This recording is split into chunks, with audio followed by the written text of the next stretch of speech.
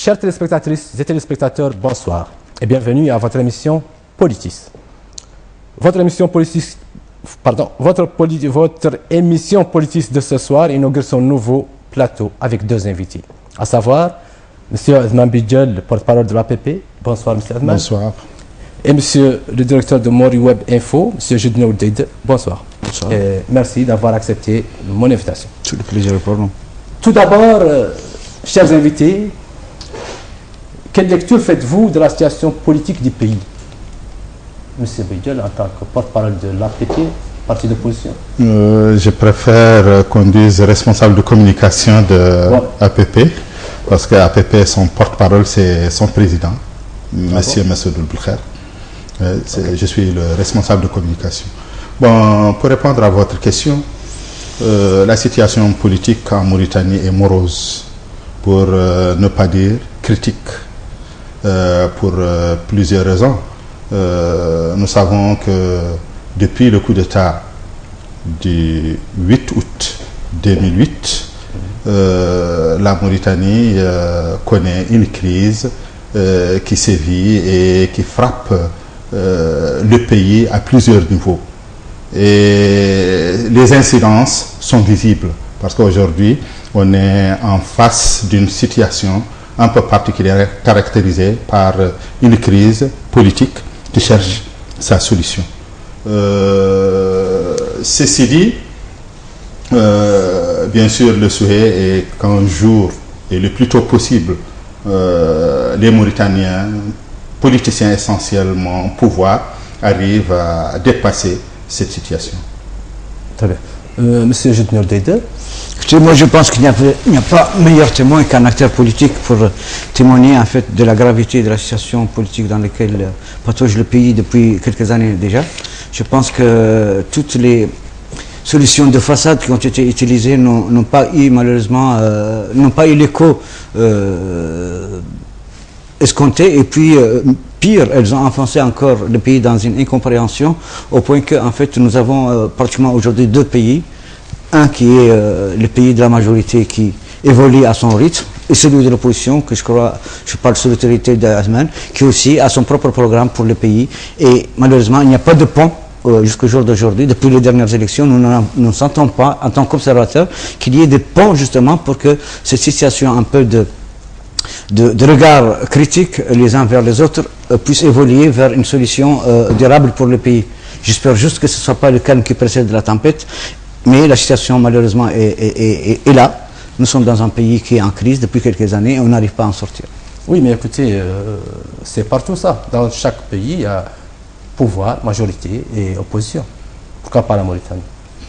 Je suis tout à fait d'accord avec vous. Si l'opposition, comme vous l'appelez, dans un schéma normal, dans un pays où la démocratie, le jeu démocratique est respecté, où l'opposition, justement, est là pour jouer son rôle de contre-pouvoir. Ici, malheureusement, nous avons un régime plutôt sous des avenants de démocratie. Ce sont beaucoup plus un pouvoir personnalisé qui est entre les mains d'un seul homme, où le gouvernement est un gouvernement fantoche, où les parlementaires, malheureusement, de la majorité sont beaucoup plus, on l'a vu depuis la Gronde contre l'ancien président qui a été destitué, Sidi Cheikh Abdallah, qui sont beaucoup plus des entonnoirs par lesquels le pouvoir actuel fait passer un peu ce message, mais qui malheureusement n'apporte pas beaucoup à la contradiction purement politique et démocratique. Donc, on n'est pas dans les schémas que vous décrivez, c'est-à-dire un pays normal où le jeu des institutions est là. Nous avons un grand point de l'opposition mauritanienne depuis les dernières élections qui est à la touche, justement, par rapport aux dernières élections, aussi bien législatives que présidentielles. Et donc, nous pensons, en tout cas c'est mon intime conviction, que nous sommes dans un pays qui n'arrive pas à sortir de la crise depuis le putsch de 2008 contre l'ancien président démocratiquement élu. C'est un constat que je fais et je pense qu'il y a beaucoup de gens qui le partagent aussi. Bon, oui, monsieur Bidjel, oui. Je voulais ajouter par rapport à ce que disait M. Deida, que, comme vous l'avez dit, dans un pays démocratique, il est normal qu'il existe une opposition, tout comme il est normal qu'il existe un pouvoir. Mais ce qui n'est pas normal, c'est que les uns et les autres ne se parlent pas ou n'arrivent pas à trouver des terrains d'entente sur un certain nombre de points qui les concernent et qui concernent l'avenir, le présent du pays. Nous remarquons, nous autres, dans l'opposition, que ce pays qui appartient à tout le monde et qui doit être géré par tout le monde, bien sûr, il y a un pouvoir qui a son gouvernement, qui a la gestion publique de l'État, parce qu'il doit rendre compte un jour devant le peuple. Il est tout à fait normal qu'il dirige le pays. Mais ce n'est pas en occultant un pan assez important, sinon très important, des politiques. L'opposition, je pense que c'est elle qui donne le sens au pouvoir, en ce sens que c'est un contre-pouvoir, en ce sens aussi qu'elle peut participer à la gestion du pays. La gestion, quand je le dis, ce n'est pas le gouvernement seulement, ils ont des cadres, ils ont des intellectuels susceptibles d'ajouter une valeur sûre à l'État. Ces gens-là doivent être impliqués dans la gestion de l'État.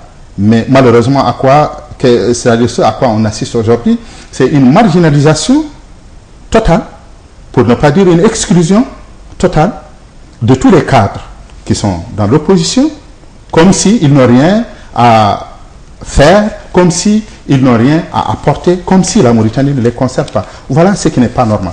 Et ce qui n'est pas normal aussi, c'est que, c'est-à-dire, la vie d'un pays démocratique est basée sur un certain nombre de mécanismes. Et quand je dis mécanismes, je fais allusion aux élections. Des élections qui ne font pas l'unanimité, des élections pour lesquelles les mécanismes ne sont pas fixés de commun accord entre les différents partis, des élections qui sont, c'est-à-dire taillées sur mesure. Nous pensons que cela ne sert pas le pays et ça rend encore, comme je l'avais dit tantôt, anormal la situation dans laquelle nous nous trouvons aujourd'hui. Je reste avec vous, M. Bidjel. Vous avez parlé tout à l'heure d'exclusion, mais votre parti, à un moment donné, n'a pas été exclu. Au contraire, il a échangé des points de vue et même accepté des points de vue avec le pouvoir. Et même, votre parti a assisté aux élections législatives et municipales. Vous avez raison. Seulement, il faut se rappeler d'où est-ce que nous venons. D'où est-ce que nous venions quand nous avons participé aux élections législatives et municipales. D'où est-ce que nous venions quand nous avons décidé de prendre part en dialogue. À l'époque, la Mauritanie, comme le reste des pays arabes, était exposée à ce qu'on appelle le printemps arabe. Et en âme et conscience, après avoir discuté avec nos amis, nos frères qui sont restés à la côte, nous nous sommes dit qu'il n'est pas de l'intérêt de la Mauritanie d'aller vers un avenir qui n'est pas certain. Les révolutions, elles peuvent avoir lieu, mais les révolutions, ceux-là qui les préparent doivent avoir un certain niveau. Et nous savons qu'en Mauritanie, il y a la pauvreté qui règne, il y a l'ignorance qui règne, et nous n'étions pas prêts, nous, en âme et conscience, d'exposer la Mauritanie à quelque chose que nous ne maîtrisions pas. Très bien. Ceci étant... Je reviens à vous. Vous avez entendu ce qu'il a dit tout à l'heure. Est-ce que l'APP est-ce que l'APP est venue éviter à la Mauritanie un printemps arabe? Écoutez, moi je pense que le pouvoir doit une fière chandelle à l'APP, parce que d'abord parce qu'il a crédibilisé un temps soit que peu, pendant qu'ils y étaient encore, le processus engagé par le pouvoir putschiste, il faut le reconnaître, de l'époque, parce que c'est quand même un saut qui était important, que celui du président de l'Assemblée nationale, qui est aussi président de l'Alliance populaire progressiste. Je pense que sur ce plan en fait, de la participation de l'APP à un certain moment en caracolant, si on peut dire, avec le pouvoir, a légitimé un peu et crédibilisé un peu le pouvoir en place. Parce que, justement, et ce n'est pas pour jeter des fleurs à l'APP, parce que la personnalité de M. Belkher est quand même une personnalité notoirement connue pour avoir cette fibre un peu nationaliste qui, probablement, je ne dis pas que je suis dans les secrets de l'APP, mais je suis sûr que tout ce qui aurait pu peut-être créer des conditions incertaines pour le pays, je suis sûr que Messoud aurait probablement dit son mot sans état d'âme. Et donc je suis sûr que de toute façon aujourd'hui on assiste à une recomposition du paysage. Je parle même d'une normalisation depuis que l'APP est un peu un peu pris ses distances par rapport au pouvoir, parce que c'est sa place naturelle, je veux dire, avec le restant du bloc des opposants mauritaniens qui veulent des changements, et un changement radical, en douceur, mais radical par rapport à beaucoup de faits accomplis qui sont là depuis, je ne dirais pas l'intrusion de l'armée, mais en tout cas depuis que certains hauts gradés de l'armée ont pris le pouvoir de manière mani militari, comme on dit, et qui se sont assis sur le pouvoir sans vouloir malheureusement justement dépasser cette crise. Depuis les accords de Dakar, on sentait un peu, en tout cas on espérait que la crise politique qui s'était installée depuis cette période pouvait trouver une issue. L'issue ne pouvait venir que, comme je vous l'ai dit, dans un schéma normal où l'opposition dialogue avec le pouvoir en place et où des consensus sont obtenus. Malheureusement, nous avons constaté que tout ce qui a été pris, y compris les dernières tentatives de parler entre l'opposition et le pouvoir, c'était du factice. On voulait juste entretenir une bulle dans laquelle les Mauritaniens respiraient un peu d'espoir, mais finalement la bulle a éclaté. On a vu que les élections se sont tenues dans des conditions un peu abracadabrantes, où il y a eu malheureusement quelques personnalités politiques qui sont aussi allées dans cette logique de crédibiliser une élection dont l'issue, on l'avait dit il y a quelques mois déjà, l'issue était connu d'avance. Bien. Bidjel, vous pensez vraiment que votre parti a évité un printemps arabe à la Mauritanie? Oui, je suis plus que sûr que le parti a évité un printemps arabe à la Mauritanie, parce que nous serions partis avec le reste de la coordination de l'opposition dans le choix qu'ils avaient proposé, et vu nos bases qui naturellement tout le monde le sait, ils sont engagés parce qu'ils l'ont prouvé pendant le refus du coup d'État de 2008, leur présence dans la rue, ça allait faire mouche. Mais comme je l'avais dit, c'était des choses que personne ne pouvait contrôler, et c'est pourquoi nous avons refusé, c'est-à-dire le printemps arabe. Mais je termine, c'est-à-dire la réflexion que j'avais commencée. J'ai dit que nous avons pris parti à un dialogue, et ce dialogue que nous pensions pouvoir faire sortir la Mauritanie de la crise si il y avait vraiment volonté politique, n'a pas, c'est-à-dire atteint les objectifs que nous avions, comment dirais-je, visés. Et ceci étant, les mécanismes que nous avons voulu mettre en place avec les autres partis ayant pris part au dialogue ont prouvé leurs limites pendant les élections législatives et municipales. Et malgré, c'est-à-dire nos prières, malgré nos appels à ce que les erreurs soient corrigées, ça n'a pas eu lieu. Et étant donné que nous sommes allés au dialogue par conviction, nous n'avons pas voulu continuer dans ce que nous considérons comme étant une mascarade. Et les jours l'ont prouvé, surtout les élections présidentielles qui ont été boycottées par les partis porteurs de voix, partis porteurs de masse. Et nous nous sommes retrouvés finalement presque dans une situation antérieure au dialogue et antérieure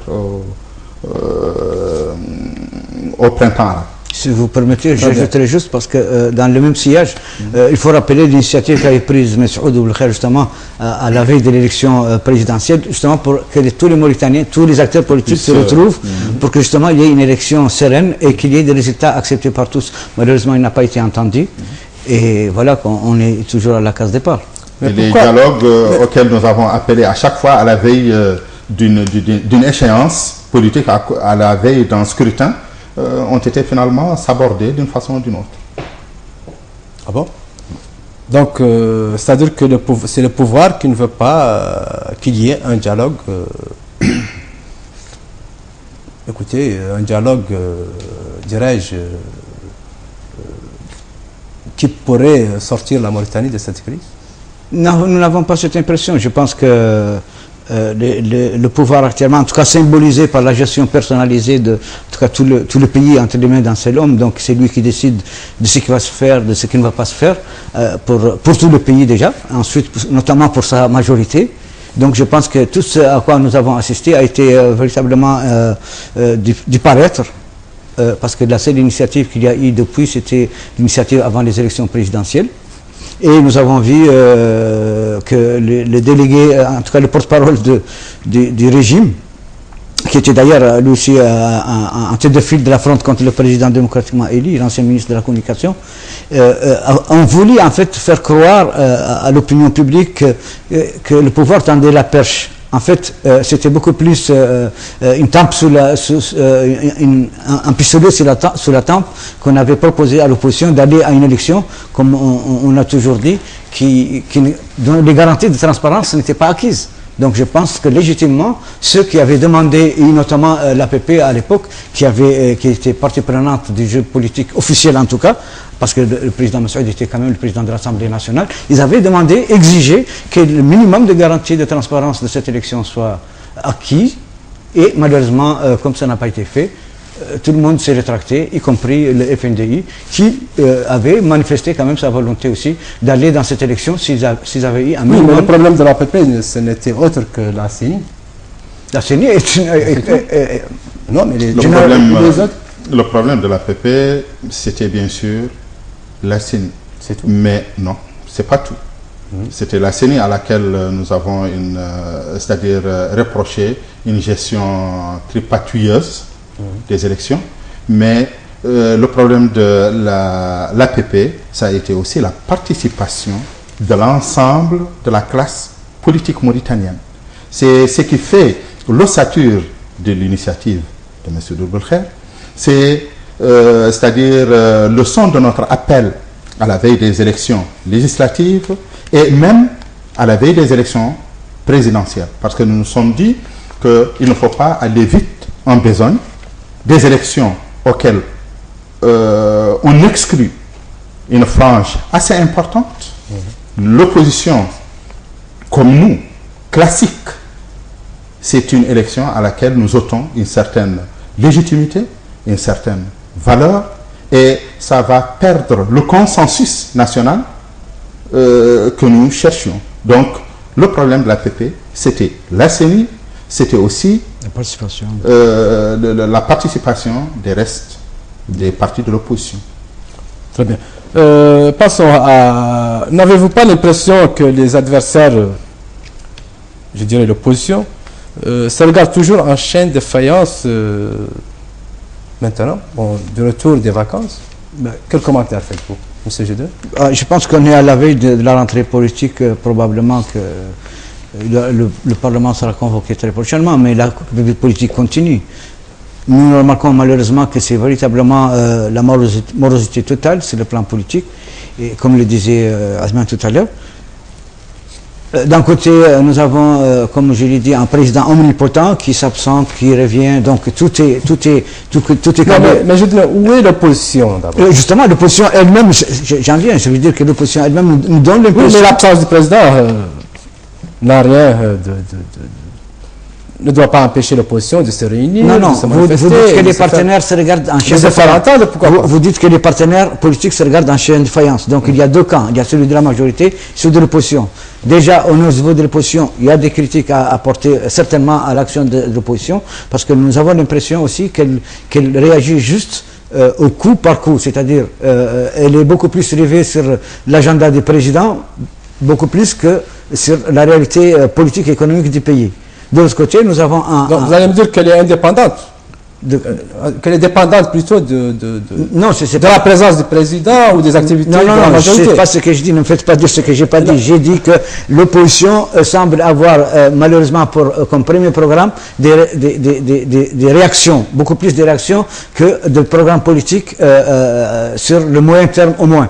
C'est-à-dire qu'il y a un pouvoir qui est en place, un pouvoir dont il conteste la légitimité, un pouvoir dont il conteste la crédibilité, et il a des raisons pour le faire, mais malheureusement, en contrepartie, elle n'a pas les moyens de son ambition. C'est-à-dire nous ne sentons pas que l'opposition a beaucoup de tact, en tout cas beaucoup d'action, pour justement un peu déstabiliser ce régime qui tient le pays d'une main de fer. Il faut appeler les choses par leur nom. Donc, de ce côté, le pouvoir est même un peu... Mais que voulez-vous dire par déstabiliser le régime? Déstabiliser le régime, c'est l'amener justement à accepter les conditions d'un dialogue. Parce que si c'est vrai que c'est une opposition républicaine, mais rien ne lui interdit de se manifester tous les jours et de manifester dans les rues pour dire, voilà, nous voulons des changements démocratiques, par la voie démocratique, et c'est notre droit, et c'est le droit et l'aspiration de tous les électeurs de ces partis politiques, et qui ne sont pas quand même de petits partis politiques. Y compris, même si encore on peut y rajouter des personnalités politiques qui ont certaines quand même aura, une envergure qui ne font pas je veux dire, qui ne sont pas là pour faire de l'enfantillage, qui sont là pour des raisons valables, qui s'intéressent au devenir de ce pays et qui veulent mettre un peu la pierre à l'édifice, que ce soit en opposition, mais de l'autre côté, c'est le silence total. Je suis en place et j'y reste. Je pense que c'est une façon de faire de la politique très tordue, pour ne pas dire abjecte, parce que c'est la raison des plus forts. J'ai avec moi les moyens du bord, et donc je brime une opposition qui n'a pas elle-même des moyens. Je pense que c'est une façon très critique et très fâcheuse, peut-être, dont ici serait peut-être très fâcheuse, de pérenniser dans les rapports politiques dans notre pays. Moi, j'ai répondu sur l'intervention de Deida. Je pense qu'il y a un constat à partir duquel il faut aller. Et je pense que Jedna l'a dit. Nous revenons, et d'ailleurs, pour beaucoup, on est encore en vacances politiques, à tous les niveaux. Ça, il faut le reconnaître. Donc, pendant les vacances politiques, les actions sont généralement sporadiques, c'est circonstanciel, pour des raisons ou d'autres. Mais, faut-il dire que les couleurs ont été données. Et sur ce, je dis qu'il y a l'opposition, effectivement, de façon générale, mais cette opposition, il faut la voir sous deux visages. Il y a l'opposition à laquelle nous autres, APP, nous appartenons, et il y a les FNDU. Je n'ai pas le droit de parler au nom du FNDU, mais je sais, comme tous les observateurs, que le FNDU a fait étalage d'un plan d'action sur lequel il est. Donc, je pense qu'il serait mieux que cette opposition soit représentée pour qu'elle parle de son plan d'action. Je ne pense pas qu'elle est dans l'immobilisme. Nous autres, il n'y a pas longtemps, nous avons fait sortir une déclaration en bonne et due forme dans laquelle nous faisons l'analyse de la situation politique, économique et sociale du pays. Et c'est une déclaration qui demande d'ouvrir un dialogue. Mais cette demande va d'une analyse qui va jusqu'en 1992 pour faire une sorte de parallélisme et une situation de crise que la Mauritanie a connue. Avec la fin de ces vacances politiques, je pense qu'il y a des actions qui sont prévues. Maintenant, dire que l'opposition est dépendante du pouvoir, je pense que chacun a son rythme en matière politique, en matière d'action. Ces partis, ce sont eux qui décideront quand est-ce qu'ils agiront, quand est-ce ils organiseront des meetings, quand est-ce qu'ils organiseront des marches de protestation et autres, s'il le faut. Mais avant cela, je pense que nous ne sommes pas encore là. Nous sommes dans une situation où nous demandons un dialogue et un règlement serein des problèmes de façon consensuelle, de manière à ce qu'on fasse dépasser à la Mauritanie cette situation où nous sommes actuellement.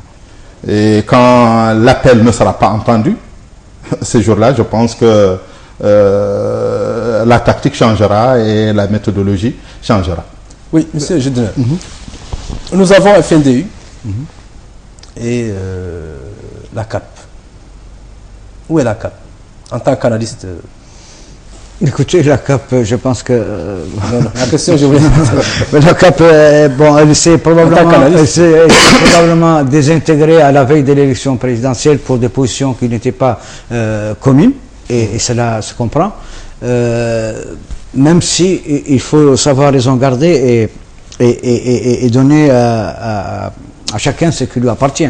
Je pense que sur ce plan, l'APP était... une deuxième fois, sans vraiment les caresser dans le sens des poils, c'est le gros du troupe de la CAP. Parce que de l'autre côté, nous avions Sawab et l'UM, qui ne sont pas en fait des foudres de guerre. Mais si vous permettez un peu, je vais juste revenir sur les conditions en fait du climat politique qui pourrait peut-être avoir aujourd'hui de nouveaux relents. Parce que pendant toute la période du mandat présidentiel précédent, nous avons vu un pays en fait qui a bénéficié en fait de la rente des produits miniers et qui s'est, sur le plan économique qui sous-tend tout ça, qui s'est arrogé en fait une position qui est plutôt de quelqu'un qui ne s'intéressait pas beaucoup à ce qu'on pouvait dire sur lui ou ceux qui bougeaient dans la rue, parce que c'était infime tant qu'il avait les moyens. Aujourd'hui, ce n'est plus le cas. Je pense qu'il y a la réelle économique aussi auquel le pouvoir doit faire face aujourd'hui, avec la chute des prix des matières premières. Nous parlerons économie. Restons dans la situation politique du pays. Donc, je vais suivre votre conseil. De toute façon, je pense que pour la CAP, c'est ce que je pense personnellement. Je pense que probablement qu'il va y avoir une recomposition du paysage politique avec la rentrée politique en octobre ou novembre ou plus tard. Donc, il y a des regroupements qui vont se faire, des alliances qui vont se nouer, et probablement une nouvelle façon de voir, en tout cas, de faire en fait une action commune entre les partis politiques, aussi bien ceux de la CODE, des FNDI ou de l'APP. Probablement que je pense qu'il va y avoir des changements sur ce plan-là, parce que tout le monde s'accorde à dire que le pays traverse une situation politique, économique et sociale très grave, et qu'il faut trouver des solutions, et qu'il faut très très très vite nouer le dialogue. Sinon, malheureusement, on croise les doigts de toute façon, mais la situation pourrait encore empirer. Bon. Monsieur Abidjel, à la veille de la rentrée politique, quels sont vos... Qu'entendez-vous faire? Bon, vous, l'APP, mais aussi la CAP. Je parlerai plutôt de l'APP, bien que je n'ai pas beaucoup de choses à dire. Les décisions, les grandes décisions sont celles du bureau exécutif. Le président était en vacances, je pense qu'il est en cours de route, il rentre. Et au moment opportun, je pense que APP étalera en quelque sorte son plan d'action, ce qu'il va faire. Avant cela, je ne peux pas le dire. Mais je sais aussi qu'au moment où nous menons cette guerre sur le front, c'est-à-dire général, chercher une solution à la crise que traverse la Mauritanie, débloquer un peu la situation, apaiser les choses, APP aussi pense à sa cuisine interne. APP est à la veille d'un congrès national qui prend énormément de temps aux dirigeants du parti, et ce n'est pas le moment d'annoncer ces choses-là. Oui, je reviens à vous, mais on parle beaucoup trop de crise politique. Et ne pensez-vous pas que l'opposition, qu'elle soit pacifique, qu'elle soit radicale, n'a pas sa part de cette crise? Écoutez, moi je trouve toute l'opposition pacifique. ce terme radical auquel on veut donner une charge négative, je ne suis pas tout à fait preneur. Je pense qu'il faut que les jeux politiques soient acceptés par tous. Mais pourquoi vous n'êtes pas preneur? Parce qu'il y a eu la CAP. Non, c'est par rapport à coalition. Non, c'est par rapport à l'opposition pacifique. Non, c'est par rapport à cette charge négative qu'on veut donner au terme radical par certains. Ils l'ont choisi eux-mêmes. Non, ils ne l'ont pas choisi. C'est un terme qu'on leur a collé comme ça parce que il n'était pas dans le sens en fait d'un premier dialogue qui a été noué avec le pouvoir et dont certains acteurs sont aujourd'hui en train de regretter malheureusement les conséquences. Donc c'est juste pour dire que finalement il faut éviter de diaboliser et stigmatiser les gens pour la simple raison pour plaire au régime ou quelque chose comme ça. Je pense que ce sont des opposants, ce sont des Mauritaniens qui sont tout aussi préoccupés que le pouvoir de l'avenir de leur pays et qu'il faut leur donner l'occasion, en tout cas le droit de pouvoir s'inscrire en faux par rapport à tout ce que le pouvoir est en train de faire actuellement. Et je pense que c'est vrai que vous avez raison, que on a l'impression, vous avez lâché le mot tout à l'heure un peu, moi c'est en tout cas l'impression que nous avons, nous qui sommes un peu hors du champ politique, mais nous avons quand même l'impression aussi qu'il y a un certain immobilisme au niveau de l'opposition qui fait que le régime se trouve même, je veux dire, en parfaite santé politique, parce que sur le terrain, il n'y a pas des gens qui sont prêts, en tout cas qui sont capables de lui tirer en fait des concessions. C'est ce que nous avons l'impression de voir en tant qu'observateurs. C'est que finalement, est-ce que l'opposition ne fait même pas le jeu du régime? C'est une appréciation, donc elle est discutable. Bon, par rapport à... C'est une question. Par rapport à ça, je reviens toujours pour dire que toutes les oppositions, c'est-à-dire les deux camps de l'opposition sont pacifiques, qu'on le veuille ou pas. Nous n'avons jamais entendu parler d'une opposition qui fait appel à l'usage de la force. Écoutez, ne dramatisez pas. Pardon. Opposition radicale. Pardon, je termine. Non, je termine. Vous avez toujours dit nous sommes une opposition responsable. Et ça sont des propos de Boudjel que je respecte. De la coalition mais c'est vous qui avez dit une opposition pacifique et une opposition radicale. Je pense que c'est un lapsus. Je pense que c'est un lapsus. Seulement, c'est-à-dire, quand je dis que toutes les oppositions sont pacifiques, je vais du principe que toutes les oppositions aspirent à prendre le pouvoir, mais par la voie des urnes. Si on accepte ce petit moment où d'aucuns ont fait appel à la révolution. Et quand on dit la révolution, il faut s'attendre à tout, bien entendu. Radical, moi je le vois dans notre sens. Et dans ce cas-là, le radicalisme, c'est par rapport comment dire, à la méthode utilisée. Il y a ceux qui, c'est-à-dire qui vont en douceur, peut-être, qui voient les choses de façon un peu plus... simplifiée, bon, je ne dirais pas simplifiée, mais d'une façon plus... je ne sais pas si je peux utiliser le mot sage, entre guillemets, vous voyez, ouais. Mais il y a ceux qui pensent qu'il ne faut pas de consensus. C'est par rapport à ça qu'il faut parler de radicalisme. Il y a ceux qui sont prêts à faire des concessions. Nous pensons que pendant le dialogue auquel nous avons participé, nous avons fait des concessions parce que nous nous attendions à des concessions du pouvoir. Est-ce que vous voyez? Bien sûr, bien sûr. Par contre, il y a ceux qui pensent que vu la situation actuelle, il ne faut pas de concessions. Et d'ailleurs, je pense qu'on l'a entendu lors du dialogue qui a avorté. Si on nous demande des concessions, ce n'est pas maintenant. Il faut qu'on aille au dialogue et après, on va voir qu'est-ce qu'on peut céder. C'est par rapport à ça qu'il faut parler de radical ou pas radical. Mais je pense qu'il ne faut pas aller plus loin que ça. Maintenant, les propos de Boudjel, moi je pense que ça engage le président Boudjel. Mais en âme et conscience, nous, à APP, nous pensons que toutes les oppositions sont responsables. Jusqu'à la preuve du contraire. Jusqu'à la preuve du contraire. Je pense qu'on n'a jamais vu ni assisté, excepté évidemment ce phénomène de mode qui a traversé tous les pays arabes où les gens ont appelé au changement par la rue, quoi.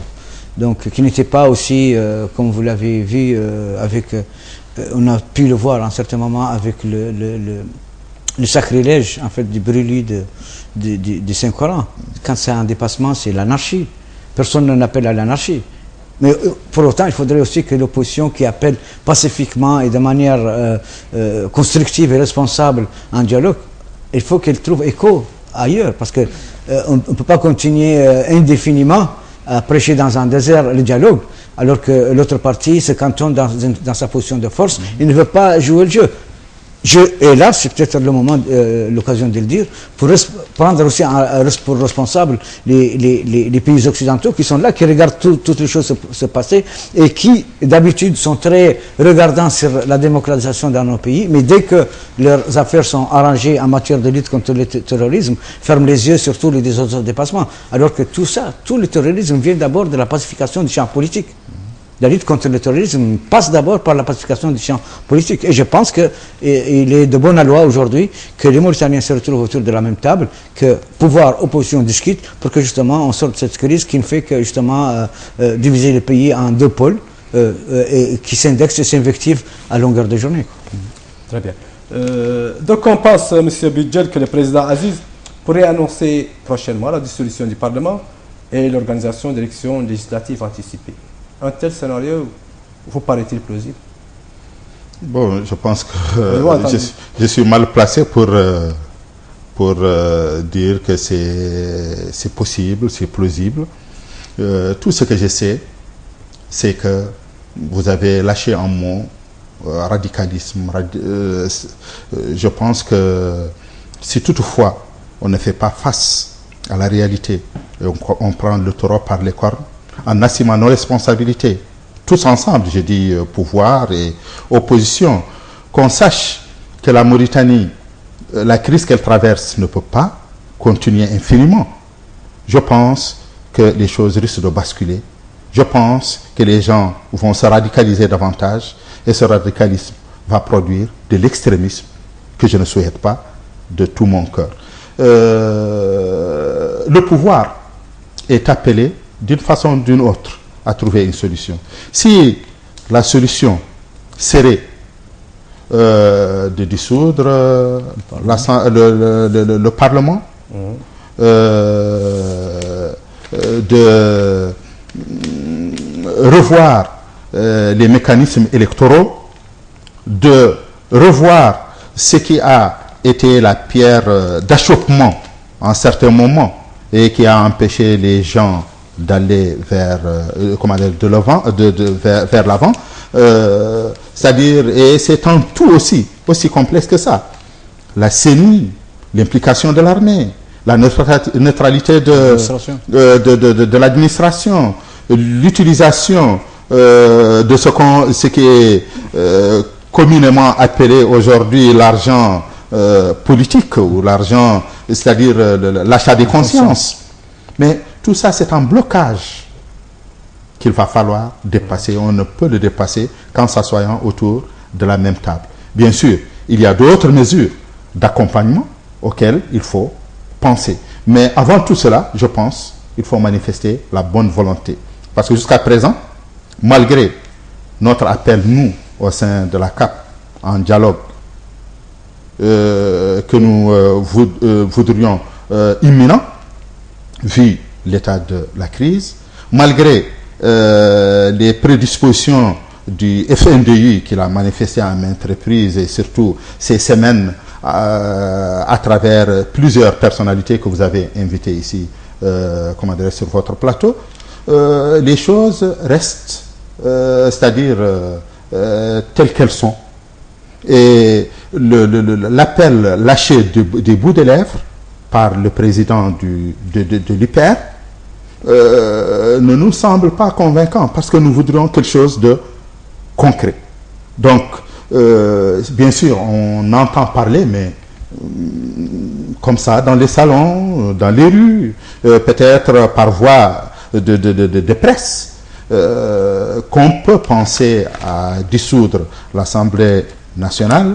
D'aucuns même les plus ambitieux pensent peut-être à une remise en jeu du mandat du président, mais tout ça, ça reste des mots. Tout ça, ça reste, bon, je ne dirais pas des chimères, mais c'est des choses qui doivent être suivies de gestes. Ça doit être concret. Pardon. Donc, il ne faut pas que ça reste du verbiage. Vous m'excusez. Très bien. Passons à l'économie, M. Gédine. À présent, quelle est votre lecture de la situation économique de la Mauritanie? J'ai un peu anticipé tout à l'heure, mais si vous permettez, je vais juste deux mots par rapport à la dernière question.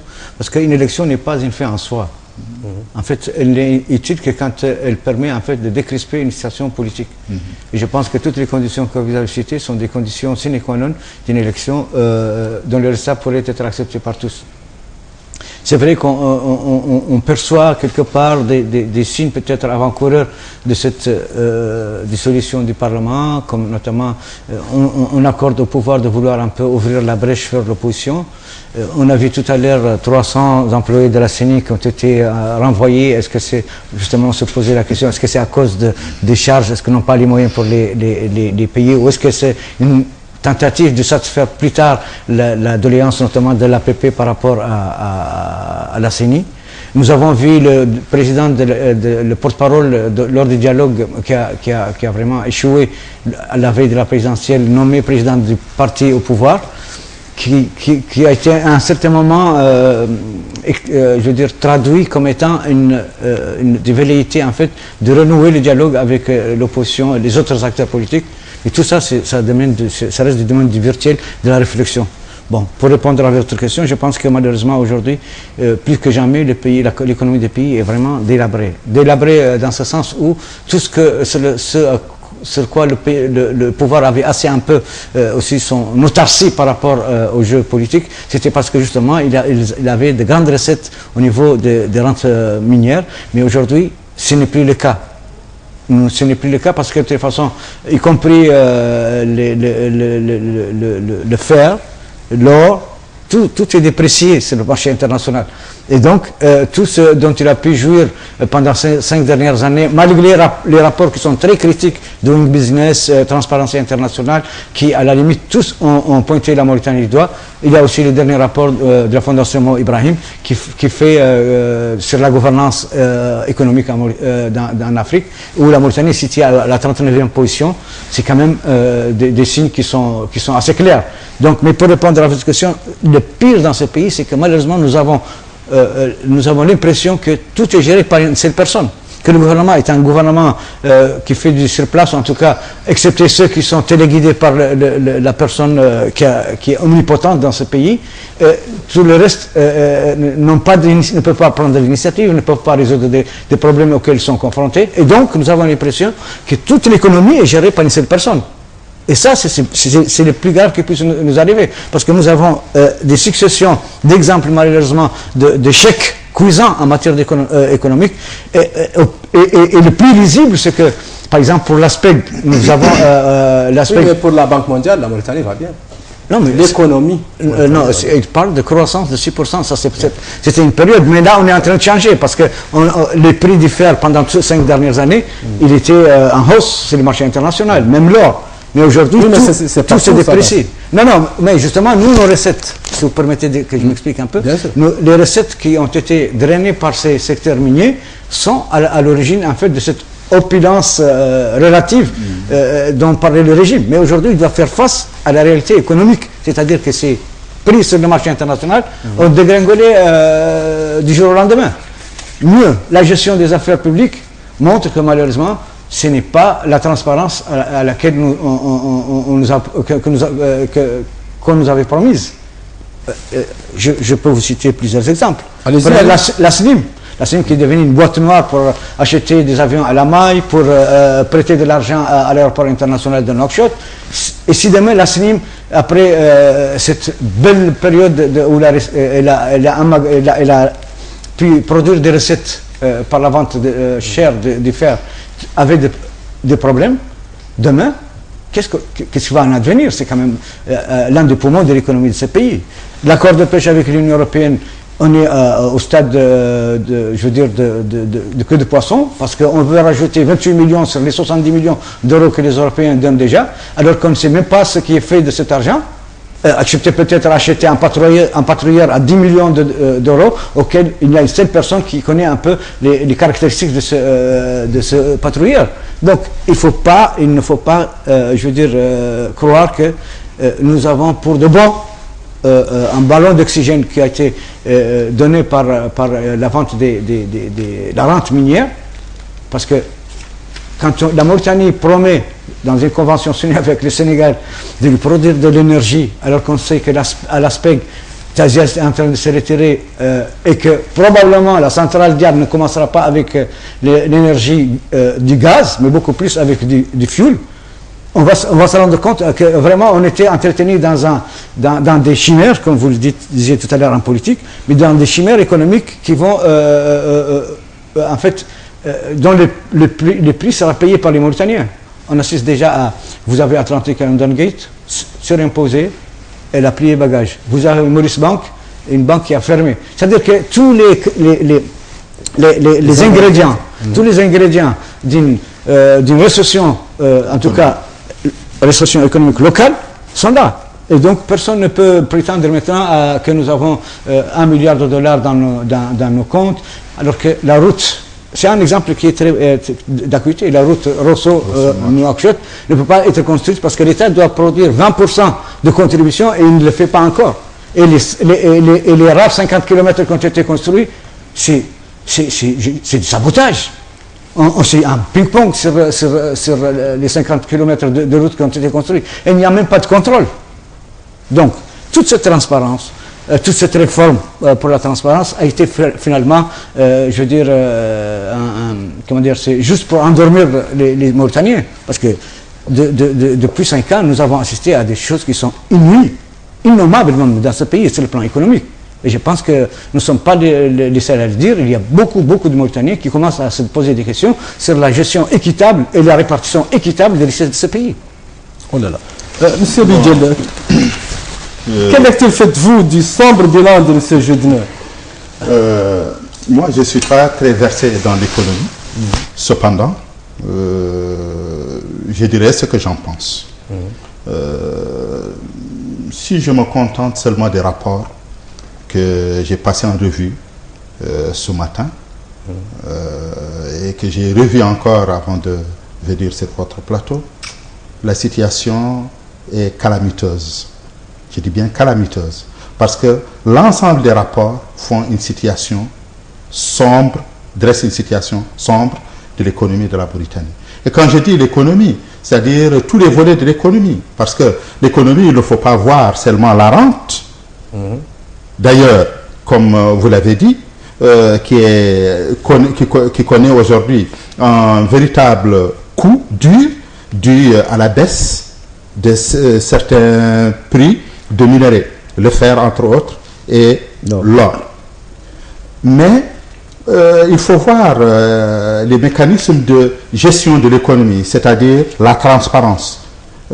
Aziz, Abdelaziz, le président Abdelaziz, lorsqu'il est arrivé au pouvoir, après son premier mandat de président élu, il a avancé un slogan. C'est la lutte contre la gabegie. C'est la lutte contre la prévarication et les prévaricateurs. C'est une lutte qui n'a pas eu lieu. Bon, je ne dirais pas qu'il n'a pas eu lieu, mais qui n'a pas vécu longtemps. Après, on n'en a plus entendu parler.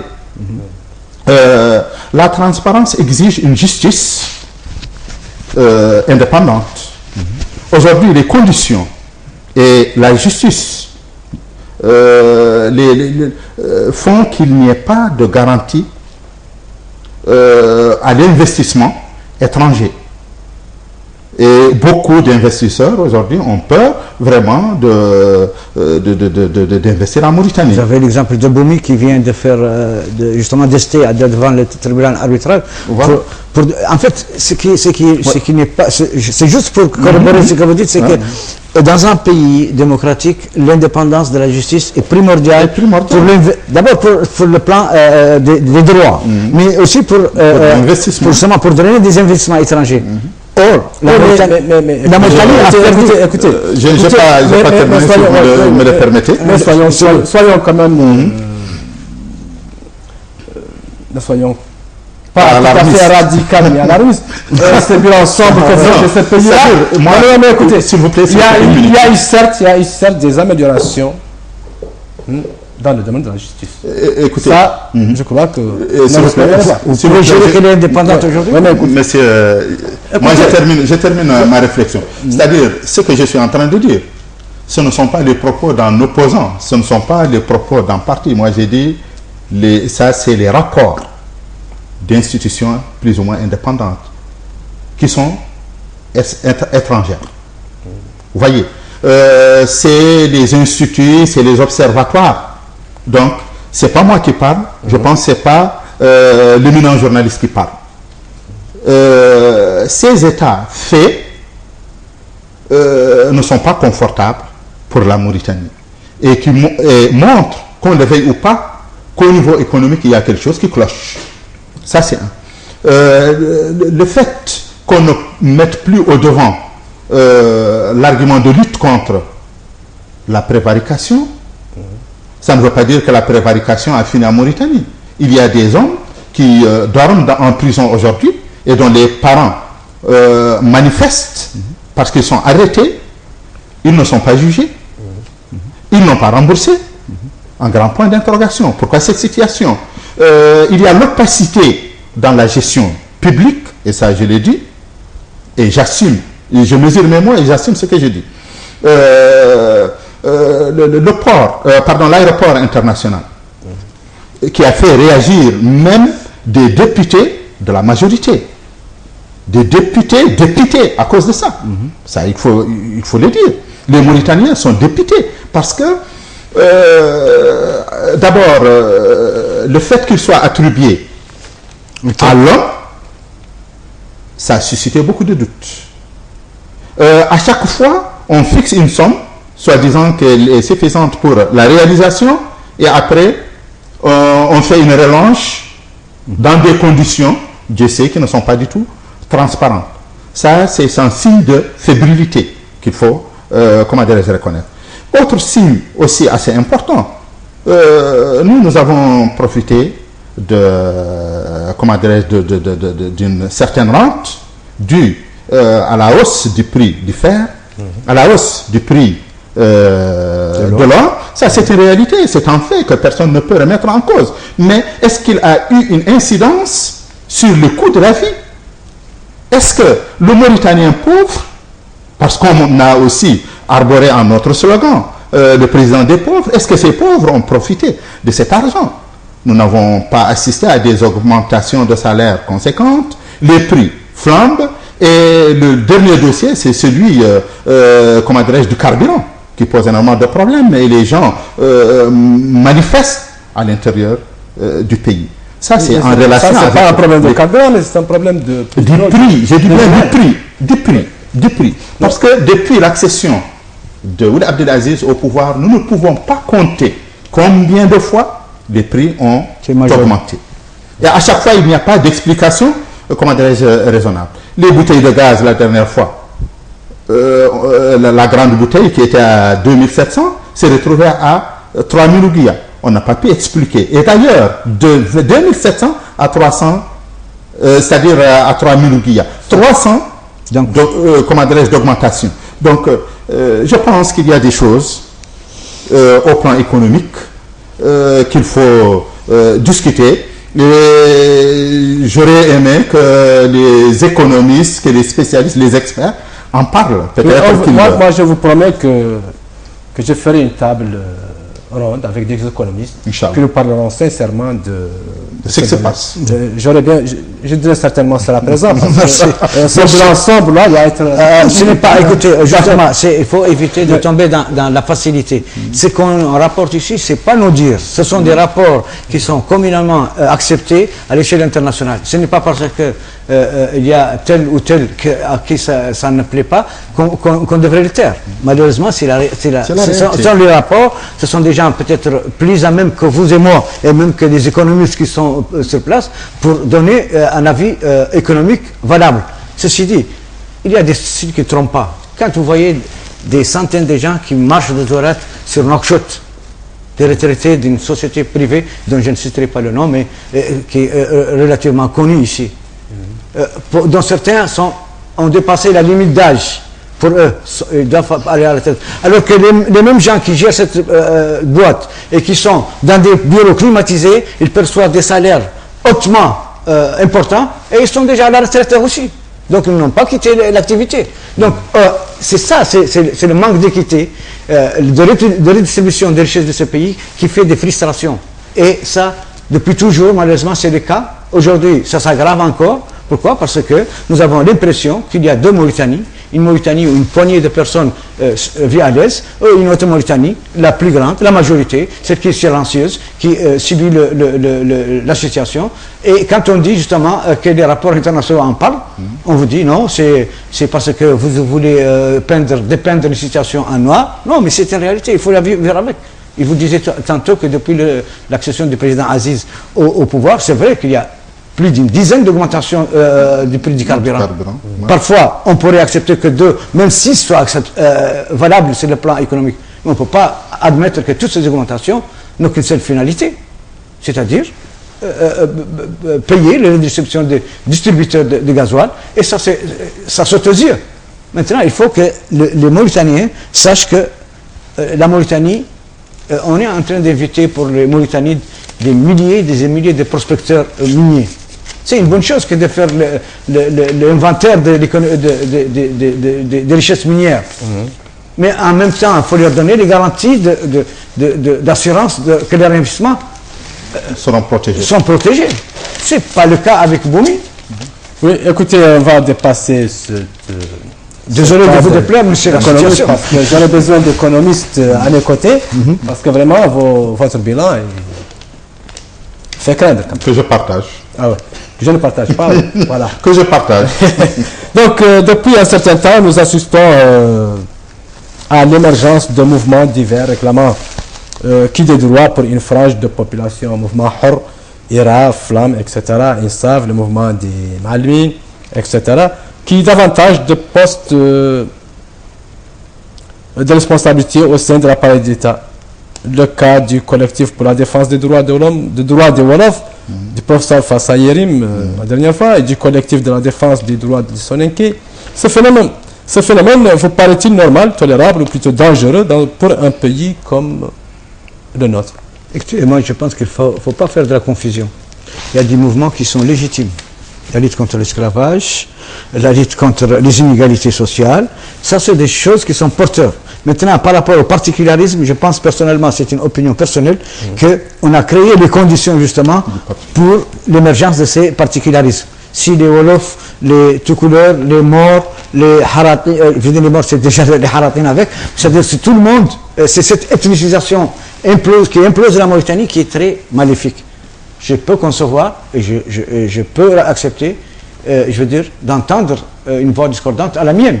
Mais c'est pour autant, je pense que le tissu social est très important, sa cohésion en tout cas est très importante pour ce pays. Si on continue à accepter tous les extrémismes possibles, et quand on les indexe, pas seulement quand ça nous arrange, je pense que c'est une bonne chose que d'éviter l'émiettement de ce pays. Parce que de toute façon, s'il y avait une justice équitable, s'il y avait, comme on l'a dit, une redistribution de richesses dans ce pays, il n'y aurait même pas de protestation. Malheureusement, c'est ça la situation. Et certains, aujourd'hui, veulent en fait surfer sur la vague de l'ethnie, sur la vague de la fraction, sur la vague de la région, pour avoir en fait un strapontin officiel. Moi je pense que si c'est pour ça, c'est pas la peine. Donc c'est pas la peine de composer avec eux. Mais si on veut dire que les ma'alimin, les abid, les esclaves, on réclame plus d'égalité avec les gens, je suis tout à fait d'accord. Ça c'est des mouvements sociaux qui ont en fait droit de citer dans un pays où on sait que l'anarchie, en tout cas l'anachronisme sociétal a fait qu'ils ont été entretenus pendant une longue période dans une sorte de ghetto qui ne dit pas son nom, où il y a des gens qui sont bien vus parce qu'ils sont nobles et d'autres qui sont moindres parce qu'ils sont nés de parents considérés comme étant moins qu'eux. Je pense que c'est la seule réflexion qu'il faille faire sur ce... Oui, je pense que le journaliste est pressé à ce qu'il me pose la question. Bon, moi je pense que le communautarisme, de façon générale, c'est quelque chose de très dangereux. C'est dangereux dans la mesure où ça peut mettre en péril l'existence d'un État. L'unité. L'unité, la cohésion sociale. La stabilité aussi.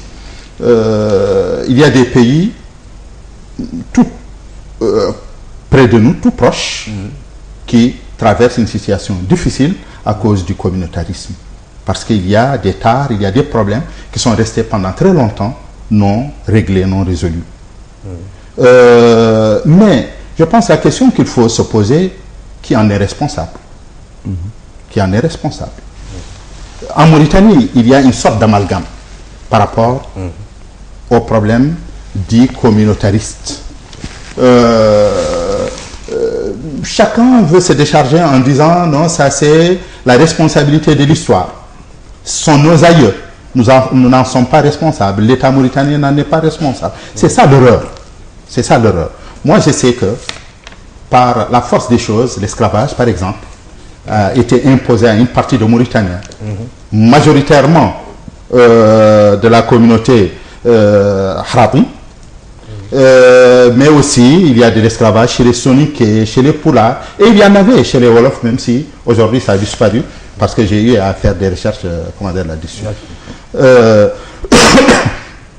Néanmoins, la Mauritanie indépendante, l'État moderne,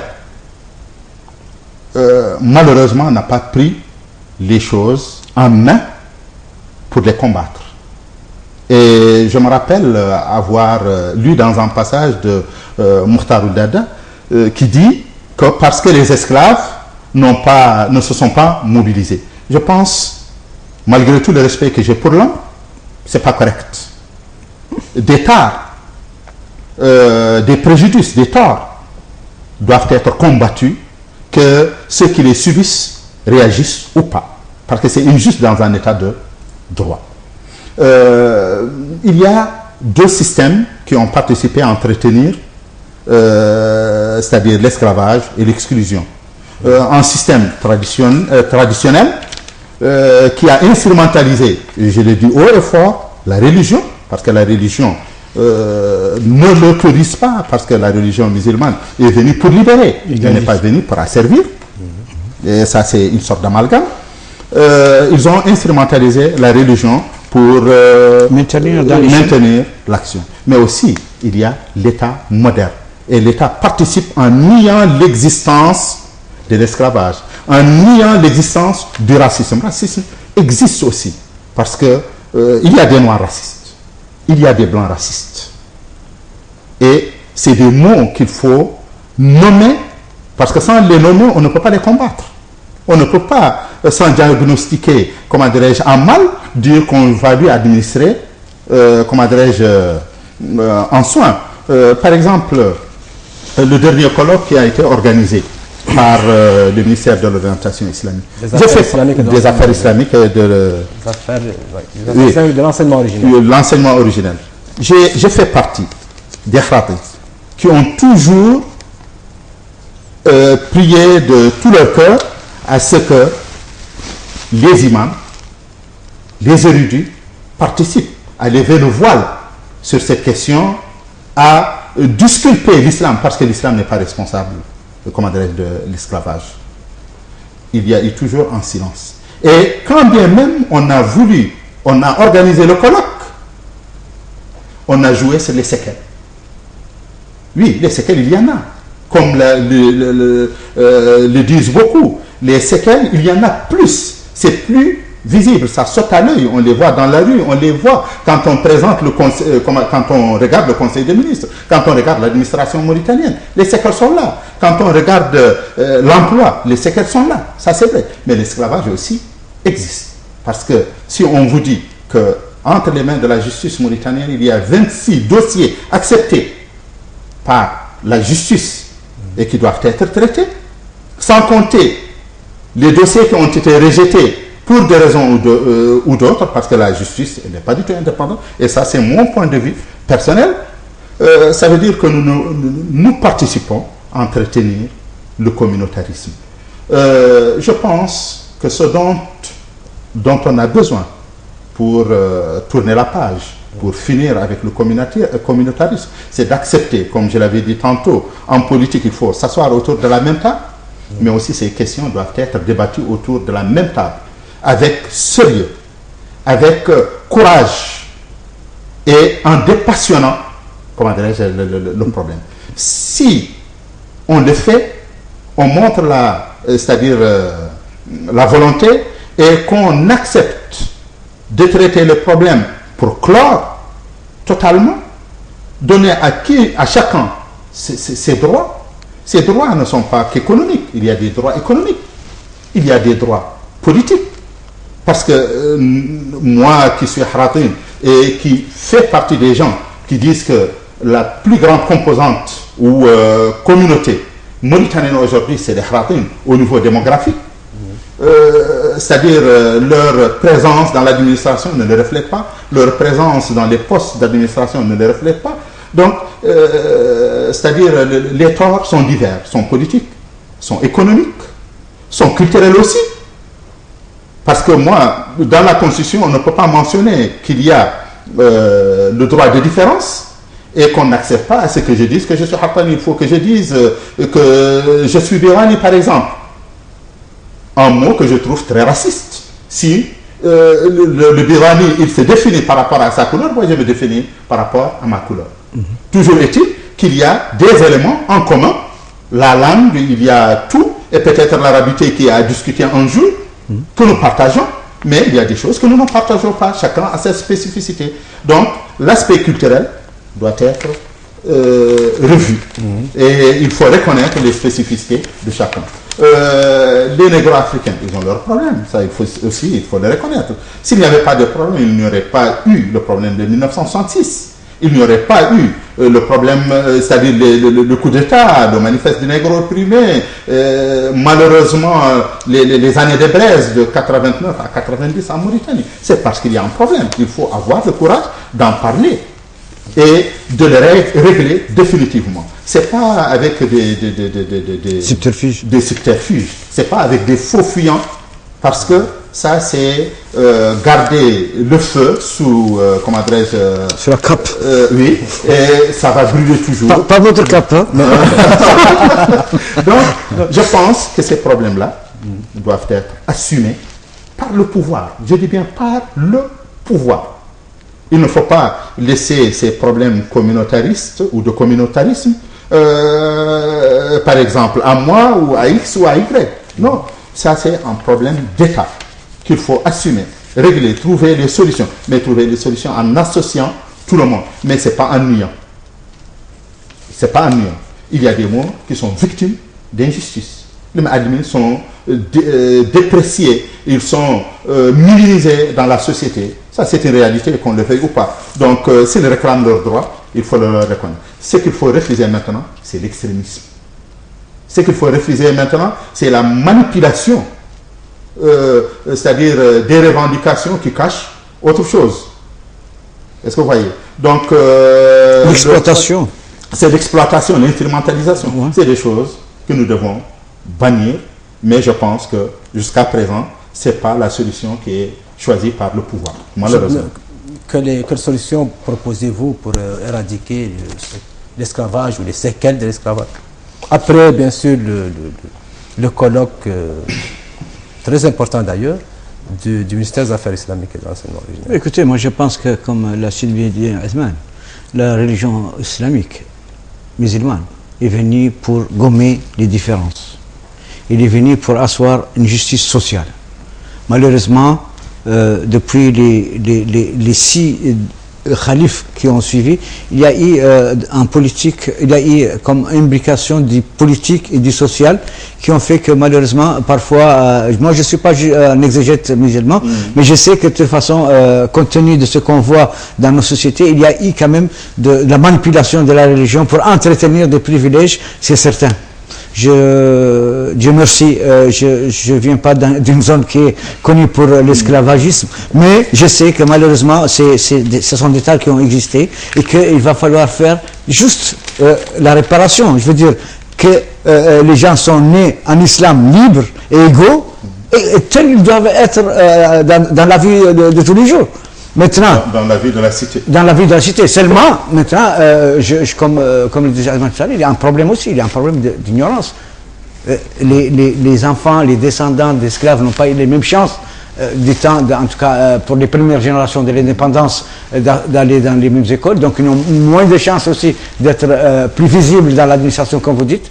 Mais pire que ça, c'est que moi je considère, je souhaiterais qu'on prenne, en fait, qu'on recrute les gens suivant leurs mérites. Qu'ils soient tous morts, ou qu'ils soient tous négro-africains, ou hartani, si tu veux que je fasse la différence entre mort et hartani, il faut qu'il y ait le mérite juste, que les gens soient recrutés suivant leur mérite. Aujourd'hui, malheureusement, c'est ce que vraiment, c'est peut-être un truc qui m'a fait rire la dernière fois, c'est comme quand le président de la République, Al-Madibou, nous dit on va même créer une nouvelle classe économique. C'est pas avec une baguette magique qu'on crée une classe économique. Et c'est quand même, je veux dire, c'est même à l'antipode de ce qu'on dit aujourd'hui, que le secteur privé doit être le promoteur de l'économie, alors qu'on est en train de pousser des gens qui n'ont aucune qualité de manager. Monsieur Julien, je vous promets que je vous mettrai en face d'un économiste. Non, c'est juste maintenant par rapport à la problématique, elle existe. Il ne faut pas se voiler la face, il ne faut pas la nier. Passons à autre chose, mes chers invités. Le Flamme a tenu... c'est toujours on est dans la même chose. Oui, je reviens. Le Flamme a tenu son premier congrès en Mauritanie au mois d'août passé, je crois. Donc, au nombre de ces recommandations, on trouve une revendication d'autonomie pour les provinces du sud du pays. Quelle est la position de votre parti d'abord et qu'en pensez-vous même en tant que... budget. La position de mon parti, c'est que nous sommes pour l'unité de la Mauritanie. C'est écrit dans nos textes. Nous pensons... La Mauritanie d'abord. La Mauritanie d'abord. Et ça, c'est notre slogan d'ailleurs pour l'initiative du président Messoud.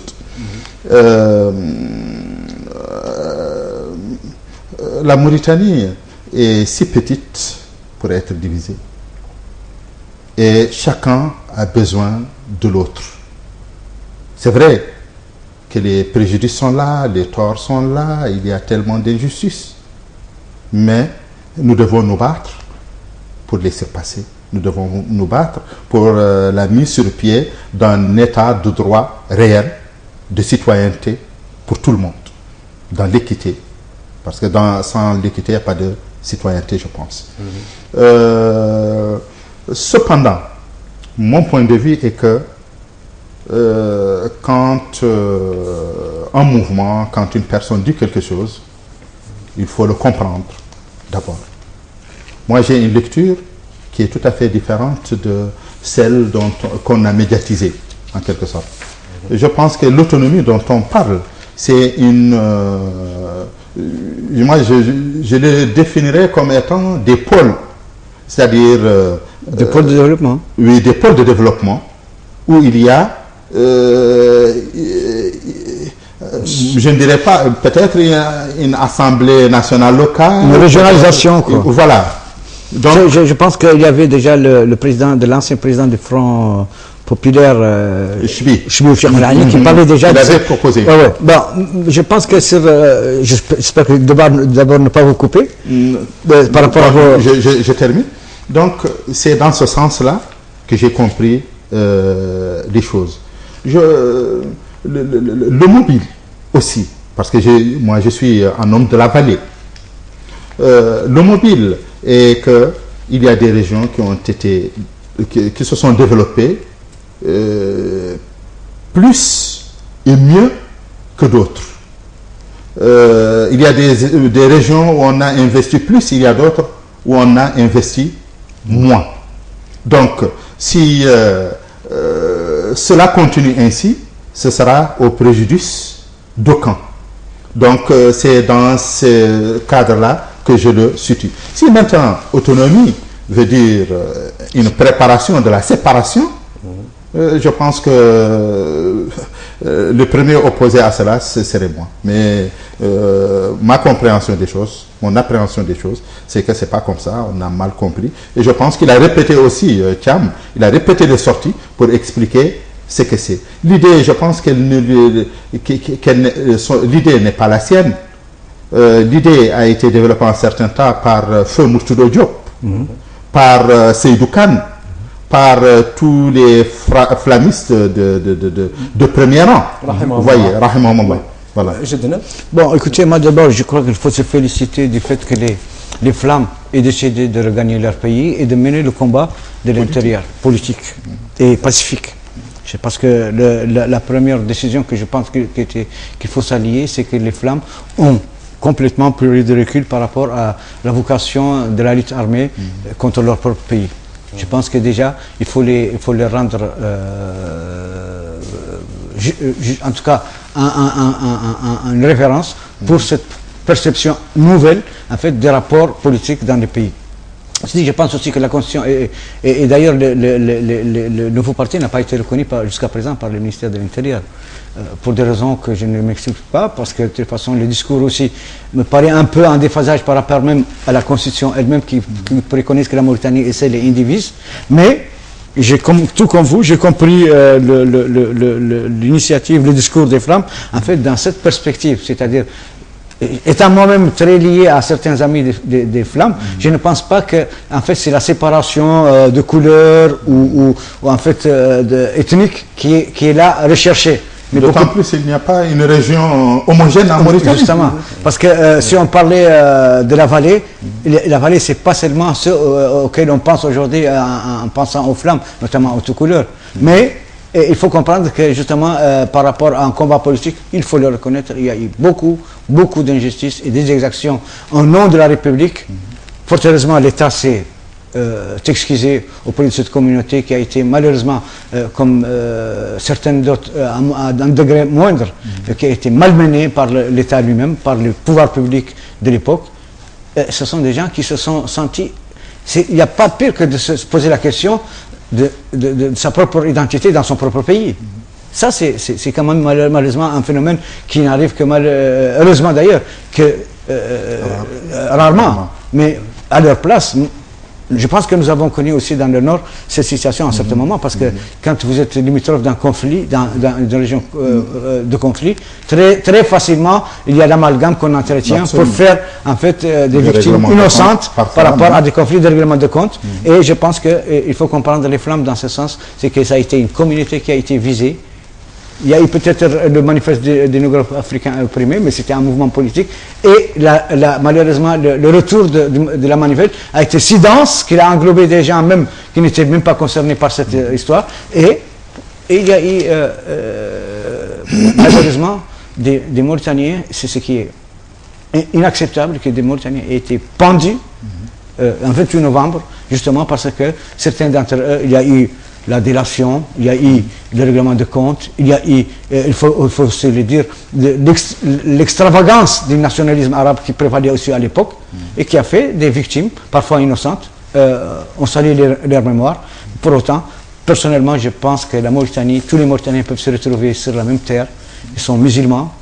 Les Mauritaniens, les communes de Mauritaniens n'ont rien à reprocher à l'autre, parce que de toute façon, c'est le partage de ce qu'ils vivent. Sur le plan au moins des sentiments. Je pense que les flammes aujourd'hui ont accepté de revenir. Il faut les écouter, parce que la pire des choses, c'est quand on les censure, et ça, malheureusement, il y a des gens qui sont capables de le faire. Alors, on me signe, mes chers amis, on m'a fait signe, pardon, que le temps qui m'est parti est terminé. Pas tout à fait. Mais quand même, je vais faire un tour d'horizon sur des journaux papier. Ah. Oui. Les journaux papier en Mauritanie cessent de plus en plus de paraître en raison des difficultés financières et surtout de la rude concurrence des web, n'est-ce pas? Il y a de tout. Il y a de tout. Il y a la concurrence des sites électroniques pour l'information qui est d'une certaine célérité, mais je pense qu'il faut quand même donner à la presse papier son droit. C'est probablement le premier à porter l'étendard de la démocratie dans ce pays pendant les années de braise, et qui a fait en fait que beaucoup de choses ont évolué positivement dans ce pays.